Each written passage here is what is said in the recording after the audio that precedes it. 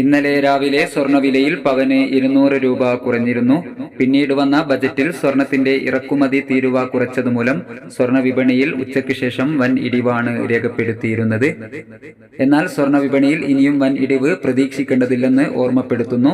സ്വർണം വാങ്ങുവാനുള്ളവർ ഇതൊരു അവസരമായി കണക്കാക്കണമെന്നും അഭ്യർത്ഥിക്കുന്നു.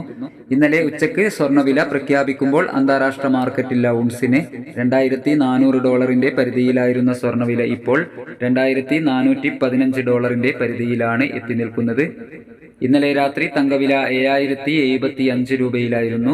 വൈകി വരുന്ന ഇന്നത്തെ തങ്കവില 11 മണിക്ക് കമന്റ് ബോക്സിൽ പിൻ ചെയ്യുന്നതാണ്. എല്ലാവരിൽ നിന്നും വിലയേറിയ ഒരു ലൈക്ക് പ്രതീക്ഷിച്ചുകൊണ്ട് ഇന്നത്തെ സ്വർണ്ണവില നോക്കാം. ഇന്ന് വിലയിൽ മാറ്റമില്ല. 24/7/2024 പവന് 51,960, ഗ്രാമിന് 6,495. 18 കാരറ്റ് സ്വർണ്ണവില ഗ്രാമിന് 5,395, 8 ഗ്രാമിന് 43,160.